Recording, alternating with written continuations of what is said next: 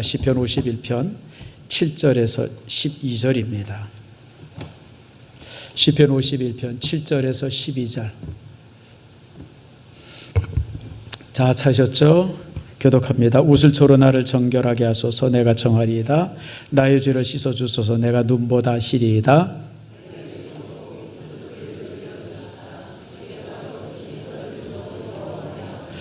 주의 얼굴을 내 죄에서 돌이키시고 내 모든 죄악을 지워주소서.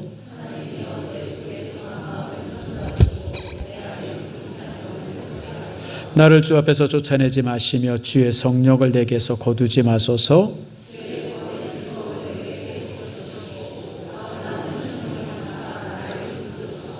아멘. 기도합니다. 하나님 감사합니다. 거룩한 주일, 오늘 주의 전에 나와서 예배하며 또 주의 귀한 말씀을 듣습니다. 이사야 선지자가 참으로 주의 말씀을 듣고 참으로 저가 새로워진 것처럼 오늘 이 시간 우리가 주의 말씀을 듣는 아름다운 시간 되게 해주시고 사명을 듣고 그 말씀 안에서 보내심을 받는 또한 우리 모습들 되게 해 주시옵소서. 주님의 살아있는 말씀이 임하기를 원합니다. 주님의 칼 같은 마음 말씀이 내게 임하기를 원합니다. 내 속에 있는 죄를 도려내고 거짓을 도려내며 그리고 세살을 돋게 하는 말씀 되게 해 주시옵소서. 하늘의 영광이 우리 안에 함께하기를 소망하며 예수님의 이름으로 기도드립니다. 아멘. 벌써 15년이 넘은 것 같네요. 예전에는 성지순례를 하면 이집트에서부터 시작을 했습니다. 그러다 출애굽 여정이라고 그래요. 이집트에서 시작해가지고 그 이집트에서 홍해를 건너고 또 시내산을 돌려서 그리고 이제 이스라엘 땅으로 들어가는 이제 그게 이제 이집트 여정이다. 그래서 이제 그런 이제 성지순례를 많이 했는데 몇 년 전에 이제 그 팔레스타인 게릴라들이 그 버스에 올라타가지고 폭탄을 터뜨리는 바람에 그 여정 자체가 다 사라졌습니다. 그래서 요즘에는 이제 성지순례하면서 이집트 들어가는 일이 거의 없죠. 근데 이제 그때 저희들이 이제 이집트를 갔었어요. 카이로에 갔었습니다. 그래서 이 호텔에서 이렇게 있는데 갑자기 그 이제 호텔 앞에 사람들이 막 많이 모여 있더라고요. 그래서 무슨 일인가. 그리고 한번 또 이제 여러분도 알다시피 제가 또 이 구경이라 그러면 그냥 또 열심히 가잖아요. 그래서 이제 내려가 봤어요. 근데 내려가 가지고 그 이제 사람 모여야 될 딱 갔는데 갑자기 그냥 아주 역겨운 냄새. 나는 그때 그 냄새가 피비린내라는 걸 처음 알았어요. 보니까 이제 그때가 이슬람들의 하지라고 하는 명절이 돼가지고 그 집 앞에서 양을 직접 잡는 거예요. 양을 잡는데 양을 잡고 피를 쏟아내고 막 이러는데 얼마나 광경도 끔찍하고 그 피비린내가 얼마나 참 독했는지 그때 내가 보면서 아이고 이게 피비린내가 이런 냄새구나. 벌써 15년이 훨씬 지났음에도 불구하고 사실 그때 맡았던 그 냄새의 기억이 아직도 있습니다. 근데 여러분 예전에 구약시대 때 제사를 그렇게 드리라고 그랬어요. 요즘에 우리가 예배 얼마나 편안하게 드립니까? 탁 의자 앉고 또 의자도 여러분 딱 이게 허리 편안하라고 딱 이렇게 또 기울기도 있었고 그리고 또 거기 이렇게 방석도 있어서 지금 참 편안하잖아요. 제가 처음 신앙생활을 시작할 때는 의자가 없고 바닥에 방석까지 앉았어요. 교회 안에서 두 파가 존재했죠. 방석파, 의자파. 그래서 제가 그때 2학년이었던 것 같아요. 고등학교. 그래서 이제 교회에 이제 의자를 만들어 놓자. 그랬더니 어떤 분이 일어나서 장로님이셨던 것 같아요. 어떻게 하나님 앞에 예배 드리는데 의자에 앉아서 예배 드리냐고. 방석에 그냥 이렇게 무릎 꿇고 예배 드려야지. 그래도 워낙 의자파가 세는 바람에 고3 때 이제 의자를 만들었었어요. 지금은 참 예배 드리기 좋죠. 제가 며칠 전에 한 교회 가서 예배를 드렸는데 거기는 이 의자가 이런 의자도 아니고 그 이제 영화관 의자 있죠. 다 그런 의자예요. 그래서 내가 그 의자에 이렇게 앉아가지고 편안하게 예배 드리면서 조금 있으면 발 얹어 두는데도 생기겠다. 더 편안하라고. 요즘엔 참 예배가 너무 편안해요. 졸기도 쉽고. 근데 여러분 2000년 전에 3000년 전 어림도 없었어요. 3000년 전에 내가 만약 예배를 드리러 가면 소를 한 마리 가지고 가야 돼요. 양을 한 마리 가져가야 됩니다. 염소를 가져가야 돼요. 가져가서 성전에 가서 이제 예배 드립니다라고 이제 보고를 하면 제사장이 저쪽에 가서 양을 잡으세요. 소를 잡으세요라고 얘기합니다. 그러면 거기 가서 직접 소와 양을 가져온 사람이 소와 양을 죽여야 합니다. 근데 여러분, 소와 양이 죽을 때 여기 찌르세요 이럴까요? 아니죠. 여러분들, 소나 양들도요 죽음의 냄새를 합니다. 도살장에 가서 이렇게 제가 그 도살장에서 이렇게 끌려가는 그 양들, 소를 한번 어떤 사진에서 한번 봤는데 눈물을 뚝뚝뚝뚝 흘리고 들어가더라고요. 이게 죽음의 냄새가 맡아요. 근데 여러분, 거기서 직접 소를 죽여야 돼요. 양을 죽이고 그 피가 솟고 그냥 여러분 그 상상을 해보세요. 그리고 그 가죽을 벗겨내야 되고 각을 뜨고, 그걸 누가 하냐면 제사장이 하는 게 아니라 레위인이 하는 게 아니라 제사 드리기 위해서 가는 내가 해야 돼요. 내가. 이게 얼마나 끔찍해요. 제가 옛날에도 한번 이거 경험한 적이 있었어요. 우리 애들이 이제 초등학교 2학년 3학년 때였던 것 같아요. 그 당시 이제 학교 앞에 가면 병아리들을 많이 팔았잖아요. 요만한 거. 그게 사실 좀 순놈 병아리거든요. 보통 이제 그 결혼을 통해서는 이게 암놈인지 순놈인지를 몰라요. 딱 태어나면 이제 이 알에서 깨어나면 이제 암놈 순놈이 이제 구별할 수 있는데, 그때 이제 암놈들은 예방주사 맞춰가지고 살리고 순놈들은 다 버려요. 그 버리는 것들을 학교 앞에다 파는 거예요. 그걸 이제 한 4-5마리가 사왔던 것 같아요. 근데 이제 이게 계획대로 일주일 만에 죽어야 되는데 이게 안 죽네요. 그렇다고 죽일 수도 없고. 그래서 이게 살았어요. 1년 넘게 산 거예요. 근데 여러분, 다 키워보셨죠? 얼마나 시끄러워요. 그래서 우리 집사람이 나보고 잡으라고 명령이 떨어졌어요. 그래서 이제 잡으러 이제 가는데 이걸 어떻게 잡아야 되나. 맨 처음에는 1000마리 잡을 때는 이렇게 옛날 고전적인 방법이 있죠. 목을 딱 이렇게 비틀어가지고 세수대에다 집어넣으면 질식해서 죽이잖아요. 근데 이제 두 번째 잡을 때는 조금, 첫 번째 잡을 때 이게 좀 거시기 한데 지금 제대로 한번 잡아보자. 그래서 목을 자르자. 그래가지고 도마에다가 목을 딱 넣고 단칼에 잘랐어요. 내가 얼마나 피가 솟는데요. 쫙 피가 쏟아져 깜짝 놀랐는데 이 닭이 목 없이 걸어가는 거예요. 보신 분, 이 전설의 고향에 나올 얘기인데 이야, 그 다음부터 내가 닭을 못 잡아요. 얼마나 제가 놀랐는지. 세 번째는 어떻게 잡았는지 기억이 안 나네요. 아마 이제 비틀어서 또 잡은 것 같은데, 우리 집사람이 잡으려면 제가 잡아야죠.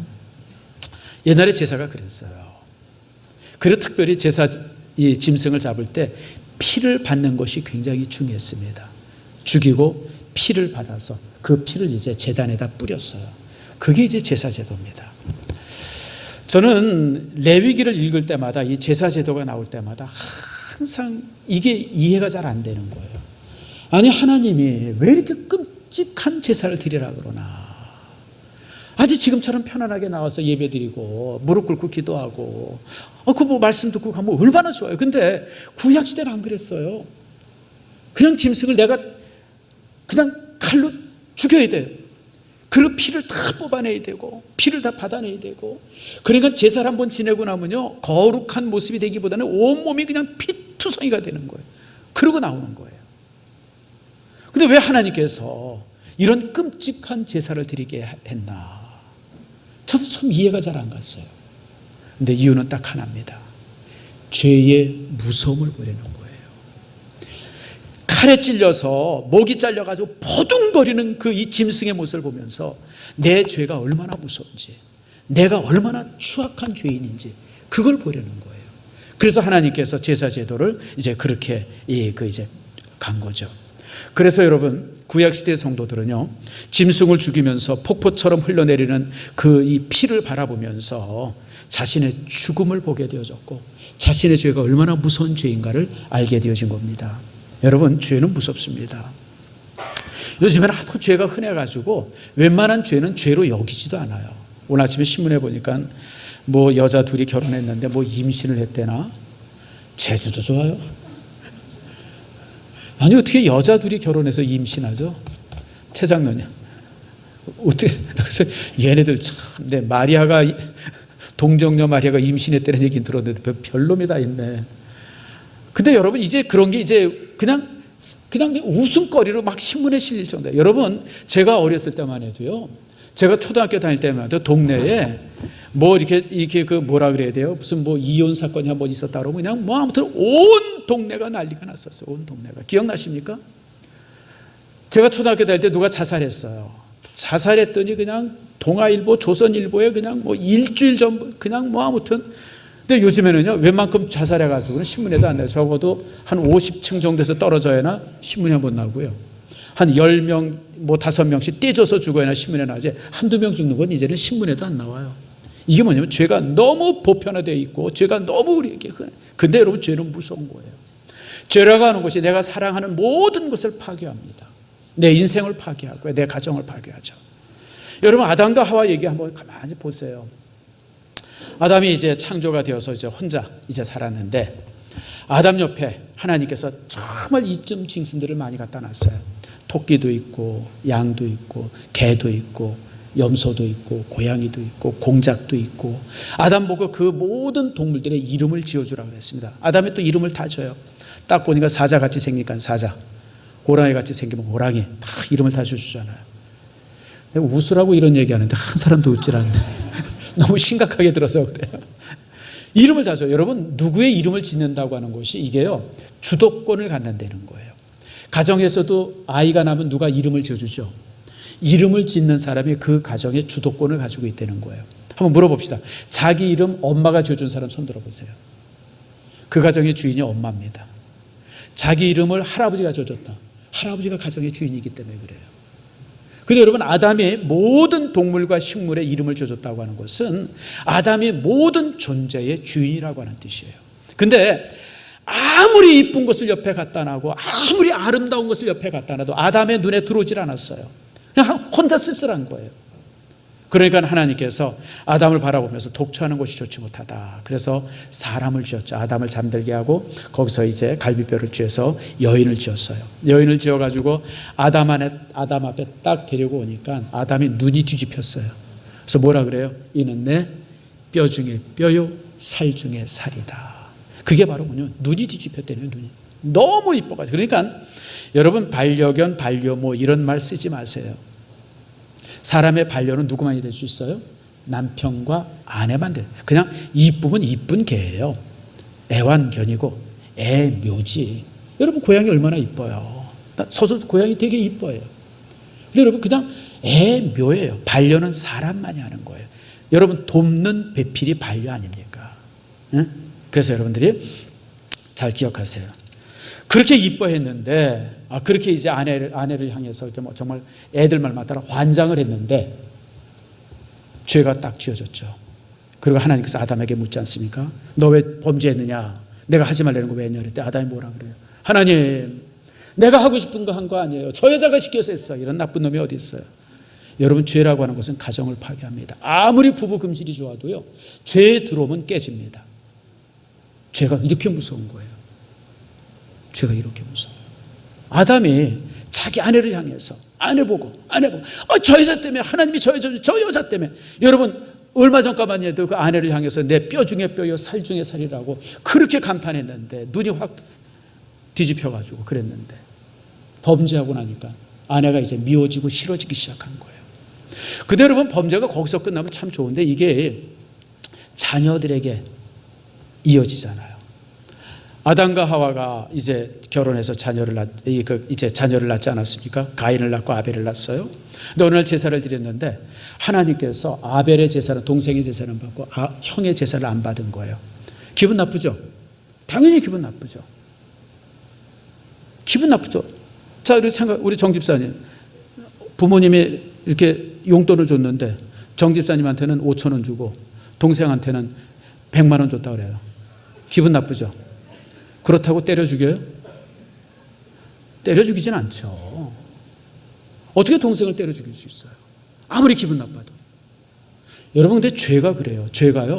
죄라고 하는 것이 이렇게 무서운 거예요. 아무것도 아닌 것에도 불구하고 분노하게 만들고 사람을 미치게 만들고, 그래서 결국은 이제 이렇게 연결된 것 아닙니까? 그뿐만 아니라 이 죄라고 하는 것이 인간의 삶 속에 수없이 많은 고통을 가져다 주잖아요. 남자는 노동의 고통, 여자는 해산의 고통, 자연도 저자를 받아가지고 온갖 질병이 난무하는, 온갖 자연재해가 난무하는 그런 세상이 되고 만 거예요. 여러분, 에덴 동산에서는 비가 내리질 않았습니다. 에덴 동산은 비가 없었어요. 항상 안개, 자잘한 안개로 식물의 물들이 다 전해지고, 그런데 여러분, 인간이 타락하고 나서 여러분, 비라고 하는 것이 얼마나 무섭게 내리고요. 또 안 내릴 때는 또 얼마나 무덥습니까? 저는 아무튼 여름만 되면 미치겠어요. 힘들어서. 제가 이 더위를 잘 못 참는데, 아무튼 뭐 이런 것들. 또 이것서 인간의 긴 역사가 뭐냐면, 인간의 역사가 아무리 오래돼도 항상 두 가지 투쟁이에요. 사람과 사람의 전쟁, 사람과 자연의 전쟁. 이것이 인간이 그동안 띄웠던 자연이죠. 그렇기 때문에 우리가 지금 이렇게 투쟁하고 갈등하고 막 그것 때문에 고민하고 아파하고 힘들어하는 이 모든 것은 원래는 하나님께서 만드신 것이 아니에요. 그거는 나중에 인간이 죄짐으로써 인간에게 들이닥친 재앙들이에요. 원래는 하나님께서 우리 인간에게 주신 것이 창세기 1장 28절과 30절입니다. 이 말씀을 여러분 항상 하세요. 우리 구원받았다고 해서 우리가 다시 이렇게 회복이 되어지는 거예요. 자, 한번 같이 읽읍시다. 시작. 하나님이 우리에게 복을, 자, 잠깐, 뭘 줬어요? 여러분, 일거리 준 게 아니에요. 복을 준 거예요. 복을. 어떤 복을 주셨는지 계속해서 있습니다.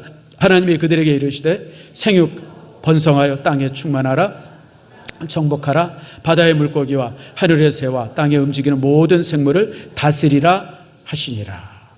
하나님께서 이 땅의 모든 것을 만드신 이후에 이제 이거 네 거다, 네가 알아서 해라, 그러고 주신 거예요. 좀 더 예를 들어 볼게요. 지금 이제 이재룡 삼성 회장이 수백억을 들여서 삼성 큰 공장을 만들었어요. 그러더니 우리 최 장로님을 부르더니, 최 장로 그동안 수고 많았는데 이거 당신 거 하세요. 아마 잠 며칠 못 잘 것 같아요. 아마 집사님 날아다닐 거예요. 아마 그거랑 똑같아요. 하나님께서 온갖 자연을 만드시고 새 만드시고 짐승 만드시고 자연 그렇게 이쁘게 만드신 다음에 아담과 하와에게, 야, 이제 이거 네 거야, 네가 알아서 해. 먹을 거 먹고 가질 거 갖고 네가 네 마음대로 해. 그게 이제 창세기 1장 28절에 있는 말씀이에요. 정복하라, 다스리라, 네가 관리하려는 거예요.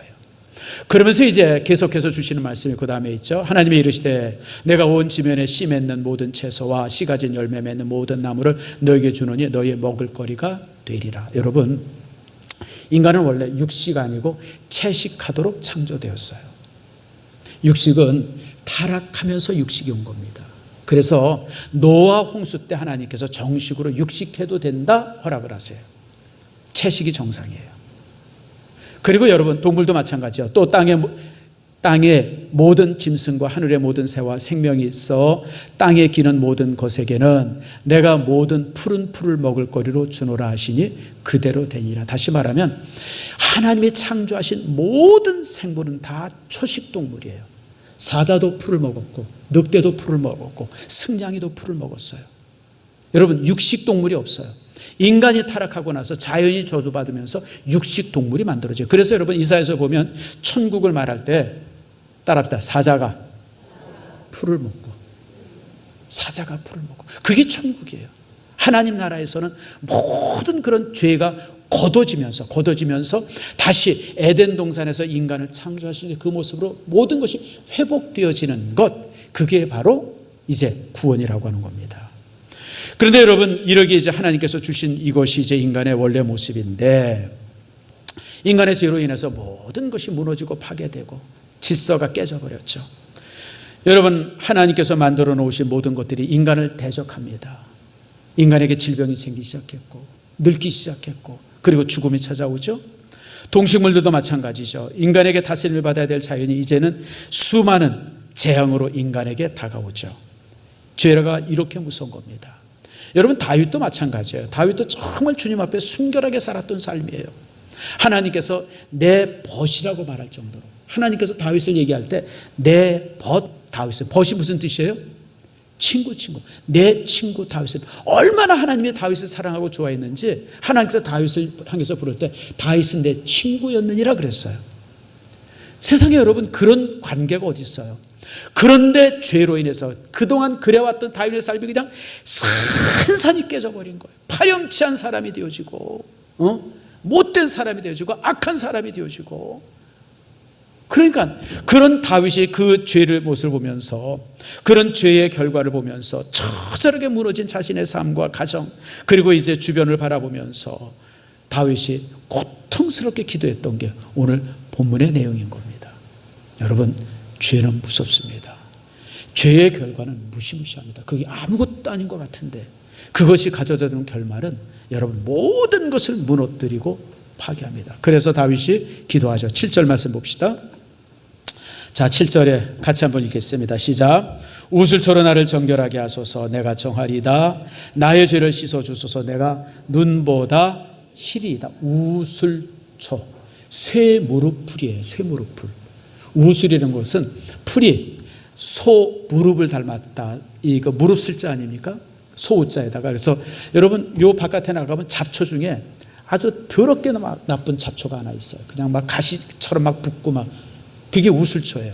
왜 우슬초냐면 이 가지가 쭉 나오다가 옆에 가지가 이렇게 나오게 되면 여기가 퉁그렇게 이렇게 굵어져요.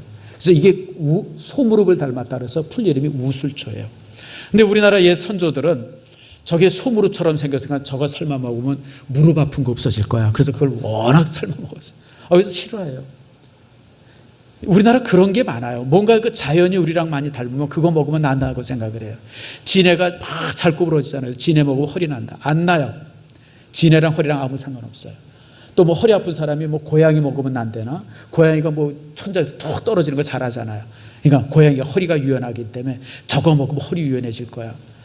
그래서 우리나라 보면 이런 식의 그 한약 재료들이 워낙 많아요. 우슬초도 대표적인 건데, 그래서 사실 우슬초는 잡초 중에 잡초예요. 정말 그래서 이 집의 정원에 우슬초, 이 쇠무릎을 나면 다 뽑아버려요. 왜냐하면 그게 너무너무 이 번식도 잘하고 그냥 또 뭐 이렇게. 그래서 근데 하나님께서는 그 우슬초에다가 동물의 피를 묻혀서 뿌리라고 그랬어요. 가장 보잘것없는 풀, 가장 사람들이 싫어하는 그 풀, 그 풀에다가 피를 묻혀서 제단에 뿌리라. 그게 바로 우슬초로 나를 정결케 하소라고 하는 말이에요. 근데 놀라운 사실은 여러분, 하나님께서 우리에게 주신 법칙이 있어요. 뭐냐면 우리가 동물을 죽여서 그 피를 받아서, 그리고 그 피를 받으면서 그 피를 통해서 나의 죽음을 바라보고, 그리고 그 피를 하나님의 제단에다 뿌리면 내 죄가 사해진다라고 하는 거예요. 이게 하나님의 구원의 방정식이에요. 여러분 중고등학교 때 방정식 배웠잖아요. 방정식이 뭡니까? 뭔가 수식이잖아요. 수식. 근데 우리가 방정식을 잘 이해 못하죠. 어떤 때는 잘 못합니다. 방정식을 처음부터 끝까지 쭉 풀어가지고 뭐 이렇게 답이 나오는데, 그래서 방정식이 하나 딱 만들어지는데 그 방정식을 우리가 잘 이해를 못해요. 알고리즘이라고 그러죠. 알고리즘 뭐 그런 얘기들 많이 하잖아요. 뭐 알고리즘이 어쩌고 별것 아니에요, 여러분들. 뭔가 문제 풀어가는 방법이에요. 그걸 또 방정식이라고 하는데, 하나님께서 우리에게 주신 방정식이에요. 죄의 삭은 뭐예요? 사망이잖아요. 죽음이잖아요. 근데 우리가 죽으면 끝이잖아요. 죽을 수가 없잖아요. 그래서 하나님께서는 우리에게 구원의 방정식을 만들어 주신 거예요. 내가 죽는 대신 짐승을 죽이고 그 짐승의 피를 뿌려라. 그러면 내가 너를 정결하게 하겠다라고 하는 거예요. 자, 히브리서 말씀 하나 있습니다.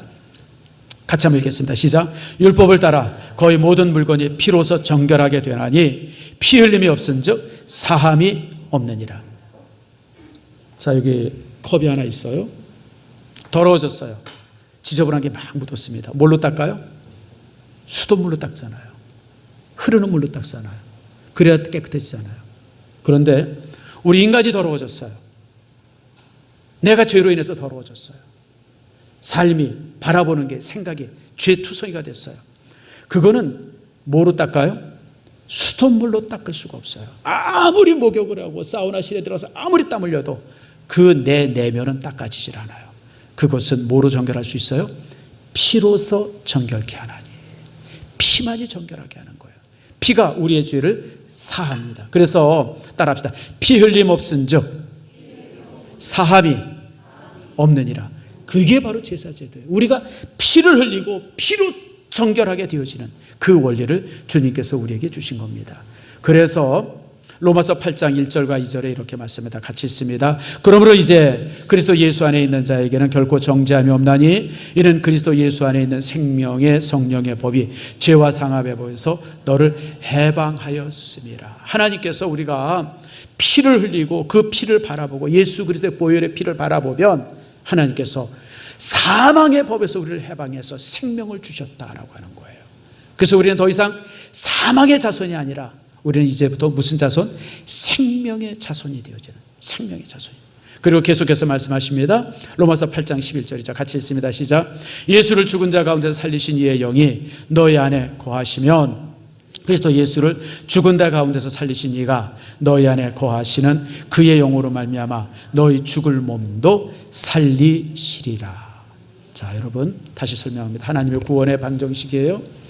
우리가 피를 흘리면 예수 그리스도의 십자가의 보혈의 피를 우리가 바라보고 그것이 내 죽음의, 내 죄의 죽음이라고 우리가 고백하는 순간 하나님께서는 우리의 죄를 용서해 주세요. 죄를 사해 주십니다. 아니, 어떻게 우리가 그걸 바라보면 내가 용서받을 수 있어? 여러분, 우리는 이해 못하죠. 근데 하나님께서 만드신 법이에요. 하나님께서 만드신 법. 우리가 이해되지 않고 그것을 아이고 그거 왜 그럴까 아무리 고민해도 여러분 그 고민은 아무 의미가 없어요. 하나님께서 우리에게 그걸 가르쳐주기 위해서 구약의 제사 제도를 그렇게 길게 성도들이 그 피비린내 나는 것을 경험하게 한 거예요.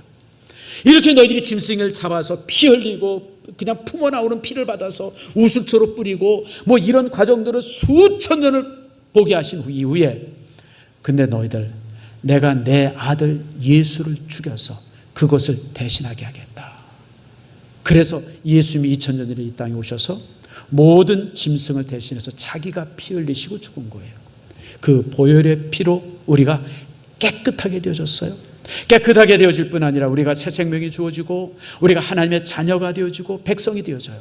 그래서 로마서 8장 16절에는 이렇게 말씀합니다. 같이 있습니다. 시작. 성령이 친히 우리의 영과 더불어 우리가 하나님의 자녀인 것을 증언하시나니 성령께서 내가 하나님의 자녀됨을 내게 알려주세요. 다시 말씀드립니다. 구원의 방정식이에요. 우리가 예수 그리스도의 보혈의 피를 바라보고 그 피를 바라보면서 그 피가 나를 구원했습니다라고 내가 믿고 고백하면, 로마서 10장에 있는 말씀이죠. 마음으로 믿고 입으로 시인하면 뭐를요? 예수 그리스도의 피가 나를 구원했습니다라고 내가 마음으로 믿고 입으로 고백하는 순간 하나님께서 나를 구원해 주세요. 모든 죄에서 용서해 주세요.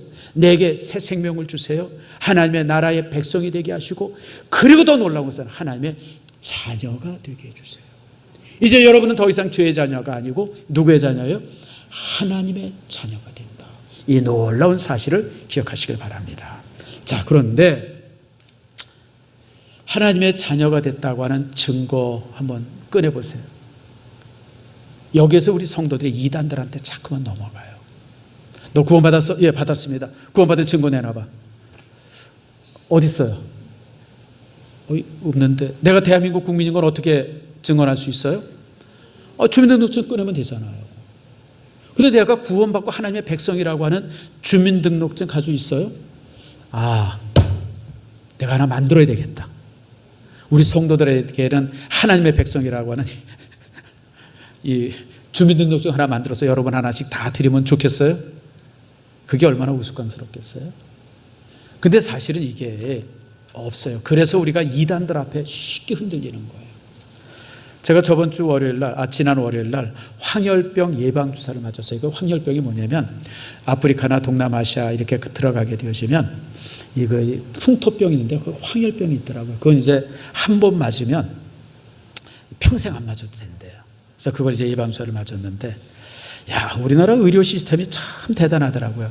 그렇게 주사 맞고 내 인적사항을 다 적으니까요. 그게 먹고 나서 한 10분 기다렸더니 이런 노란 카드가 하나 나와요.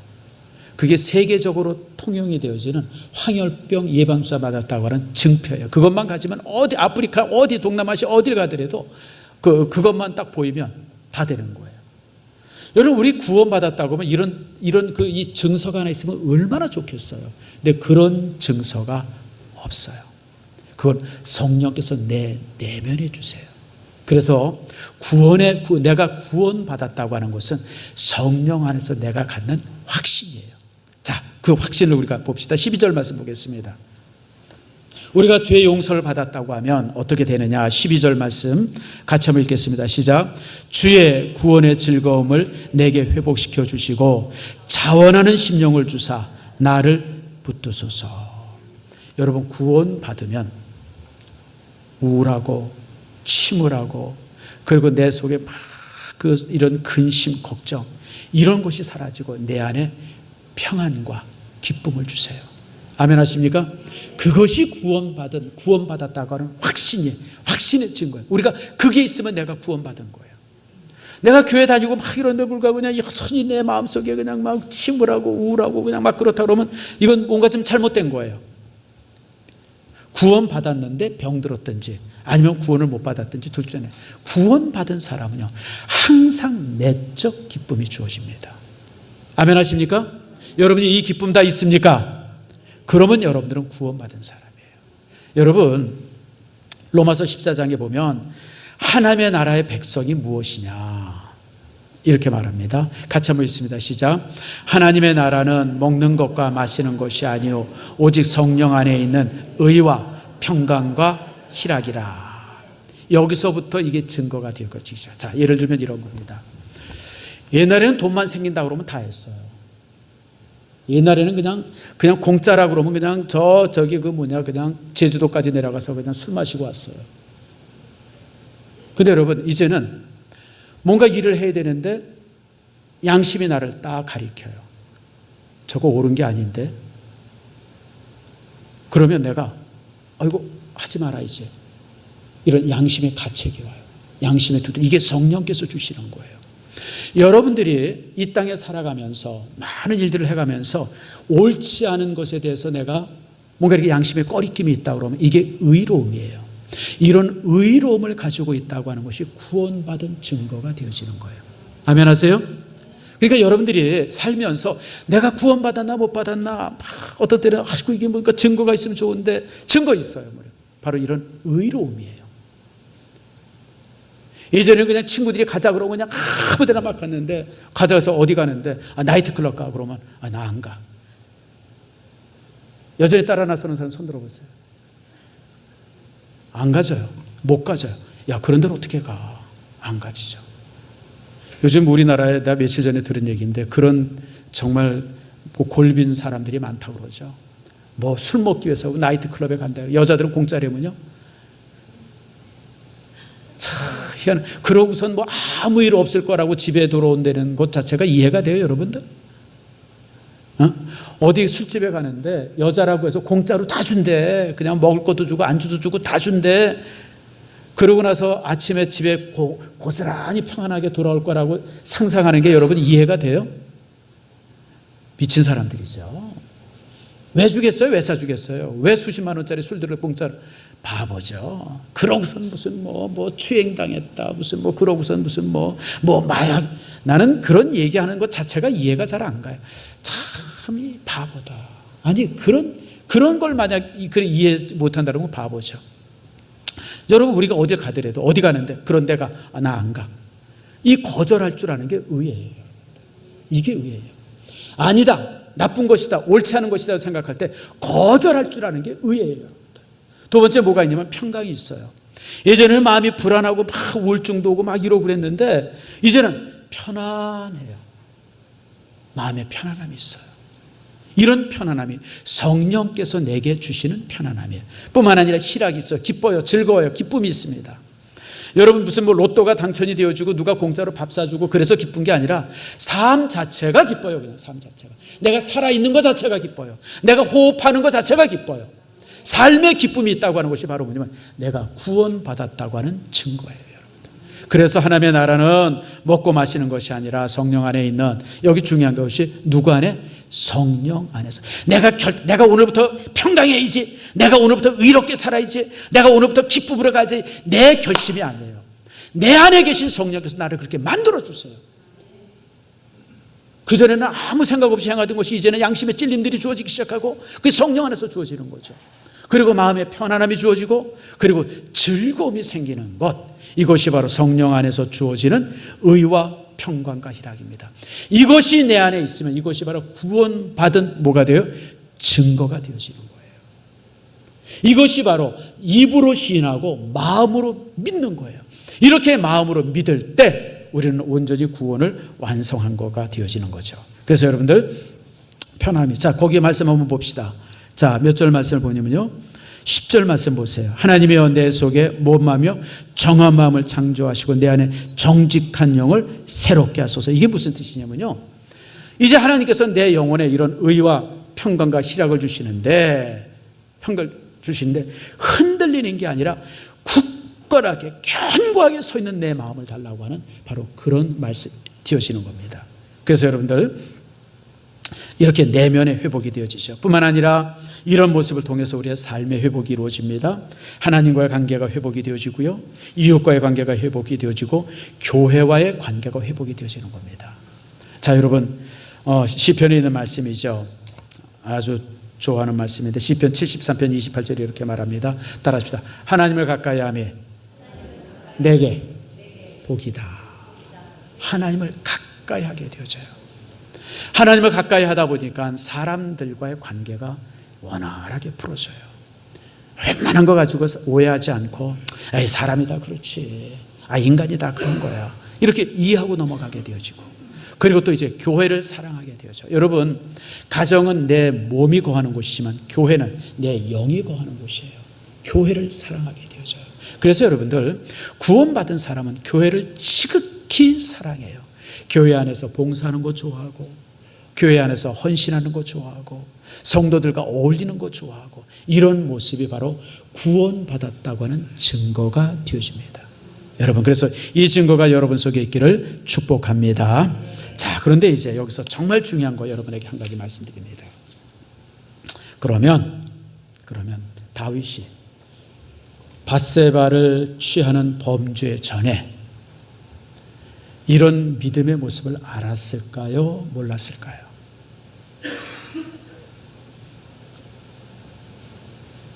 하나님의 의로운 분이고, 하나님은 죄를 싫어하는 분이고, 하나님은 정말 전능하신 분이고, 하나님께서 우리를 창조하신 분이고, 하나님의 심판은 무서운 것이고, 죄의 삭은 사망이고, 이 사실을 다윗이 알았을까요? 몰랐을까요?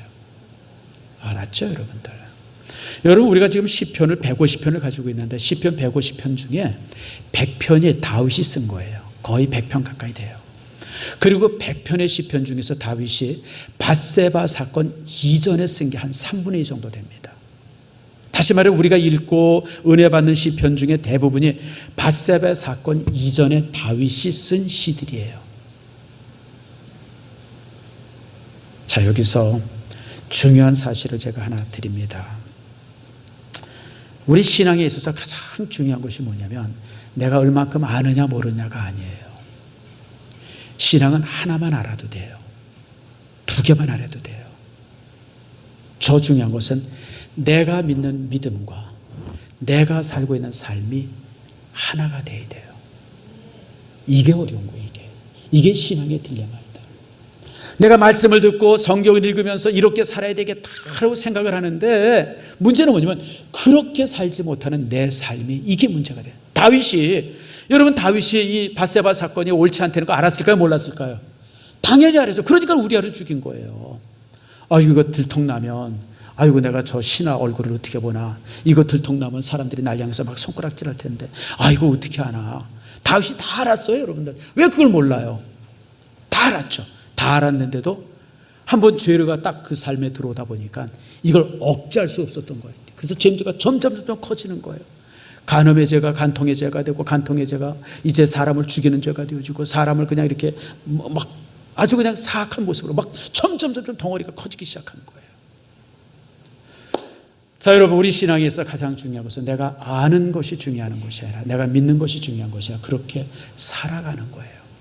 그래서 내가 아는 것을 믿음으로 그대로 살아가려고 하는 이 애씀을 성경은 뭐라 그러냐면, 신학적으로 뭐라는 따라합니다. 성화의 과정이라 그래요.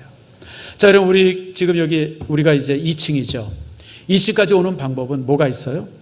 엘리베이터가 있고 계단이 있어요. 엘리베이터 타고 그냥 확 올라왔으면 좋겠다 그러는 사람. 자, 여기 이제 2층을 만약 성화의 과정이라고, 완전히 성화된 곳이 이제 2층이라고 그럽시다. 1층에서도 우리가 올라와요. 계단에서부터 척척 올라오는 사람이 있고, 아니면 엘리베이터 타고 확 올라올 수 있는 방법이 있어요. 엘리베이터 타고 확 올라가고 싶은 사람은 손 들어보세요. 손 안 들게. 그럼 죽으면 돼요. 우리 예수 믿는 사람이 영화의 과정에 가는 방법은 죽음밖에 없어요. 죽으면 죄된 몸을 다 벗어버리기 때문에 더 이상 우리 죄될 이유가 없어요. 여러분 생각해 보세요. 먹지 않아도 사는데, 입지 않아도 폼나는데 거기 죄가 있을 이유가 없잖아요. 그래서 여러분들 죽음 이후에 천국에 가면 우리의 삶이 영화의 단계에 이른다 그래요. 그건 뭐냐면 내가 믿는 대로 아는 대로 그대로 살 수 있기 때문에 그래요. 근데 그거는 어려워요. 우리가 죄의 몸을 지니고 있기 때문에 그래요. 우리는 먹어야 되고 입어야 되고 살아야 되고 막 사람이랑 경쟁해야 되고 이러니까 우리가 죄를 안 질 수가 없는 거예요. 그래서 여러분 우리가 집사님 오늘 바로 영화 관계에 도달하는 방법을 내가 죽으면 돼요. 죽으면. 근데 여러분 하나님께서 우리가 이 땅에서 그 과정을 겪기를 원하세요. 그래서 한 계단 한 계단 올라오는 거예요. 오늘은 요만큼 좋아지고 내일은 요만큼 좋아지고 모레는 요만큼 좋아지고 올해는 요만큼 되고 내년은 요만큼 되어지고 그래서 이 계단을 한 계단 한 계단 올라가는 것 같다가 성화의 단계라고 그러고 그것을 존 번연이 그걸 재미있게 책으로 썼어요. 그게 뭐냐면 철로 역정이에요. 혹시 읽어보신 분 아시죠? 철로 역정이라는 책이 바로 그 책이에요. 우리가 예수를 처음 믿고 나서 우리 천국까지 도달하는 데 있어서 엘리베이터 타고 쭉 올라가는 게 아니라 이 땅에 사는 동안 어떻게 우리가 올라가야 되나 시험산도 통과해야 되고 또 유혹도 통과해야 되고 또 이제 이런저런 과정을 통해서 한 계단 한 계단 올라가는 그 과정을 적은 책이 철로 역정이에요. 그래서 철로 역정을 다른 말로 말하면 제2의 성경이라고 얘기하는 이유가 그래서 그렇습니다. 그래서 여러분 믿음이 뭐냐? 믿음은 내가 믿는 것, 아는 것과 삶이 같아지는 거예요. 자, 이게 또 하나가 있어요. 자, 제가 이렇게 지금까지 쭉 이렇게 보면 공부 잘하는 사람과 못하는 사람의 특징이 있습니다. 공부 못하는 사람은 시험을 치고 나면 자기가 맞은 것만 맞춰봐요.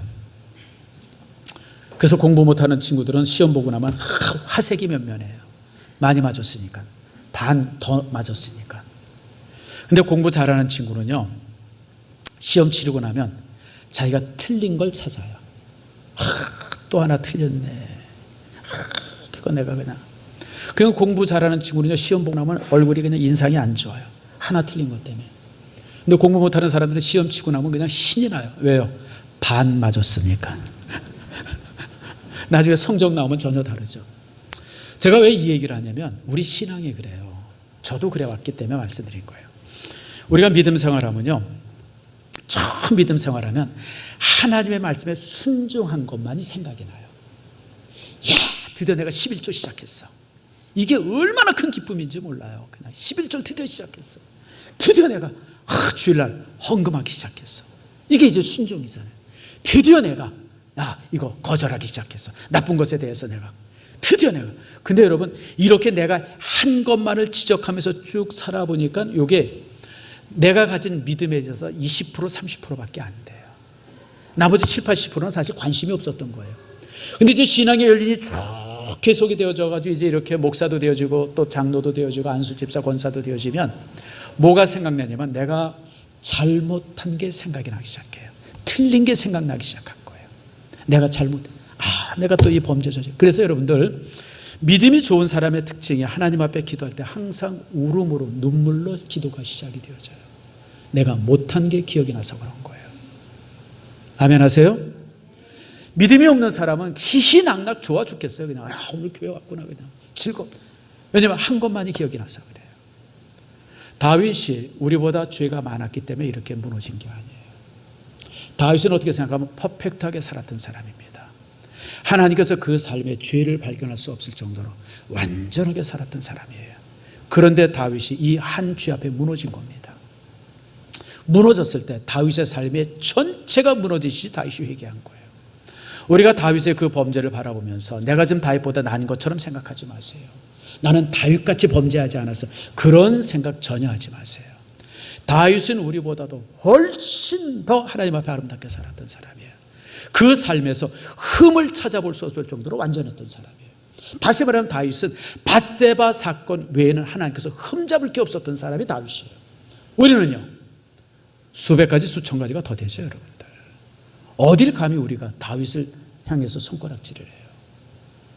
다윗은 위대한 사람이에요. 그렇기 때문에 저가 그렇게 살았기 때문에 이 한 죄 앞에 그렇게 저렇게 무너질 수 있었던 거예요. 죄가 많아서 무너진 것이 아니라 그것이 다윗의 유일한 범죄였기 때문에 하나님 앞에 그렇게 무너진 거예요. 사랑하는 성도 여러분, 믿음이 그렇습니다. 우리 믿음이란 결론적인 부분이에요. 다시 말씀드립니다. 내가 믿는 것과 아는 것이 하나가 되어져야 돼요. 이 긴 여정 속에 우리가 이 세상 살아가고 있는 겁니다. 그리고 신앙이 점점 깊어지면 깊어질수록 내가 잘한 게 아니라 내가 못한 것, 죄진 것들이 항상 내 안에서 발견이 되어져요. 그래서 우리가 슬퍼하고 아파하고 힘들어하는 거예요. 오늘 다윗의 기도를 통해서 여러분들이 이 부분들을 다시 한번 교훈받길 바랍니다. 여러분들의 삶이 주 안에서 아름답기를 축복합니다. 삶과 믿는 것이 동일해지기를 축복합니다. 그리고 또 여러분 속에 가슴침의 아픔이 있다고 하는 것을 여러분 슬퍼하지 마세요. 이것이 바로 성령께서 나와 함께하고 있다고 하는 증거입니다. 여러분, 사람들은요, 죄가 지적이 되면 더 무서워합니다. 제가 이게 죄 지적에 대해서 두 가지 면을 봐요. 죄가 지적이 되면 더 무섭게 설치는 사람들이 있어요. 양심에 화이 맞은 사람이에요. 죄가 지적이 되어지고 완전히 깨지고 무너지는 사람이 있어요. 성령 안에 있는 사람입니다. 여러분이 어느 부류에 있는지 아시죠? 우린 성령 안에 있는 사람이에요. 그래서 다윗이 오늘 시편 51편 같은 이렇게 위대한 시를 쓸 수 있었던 겁니다. 여러분의 인생이 이렇게 아름답게 만들어가자는 축복 있기를 축원합니다.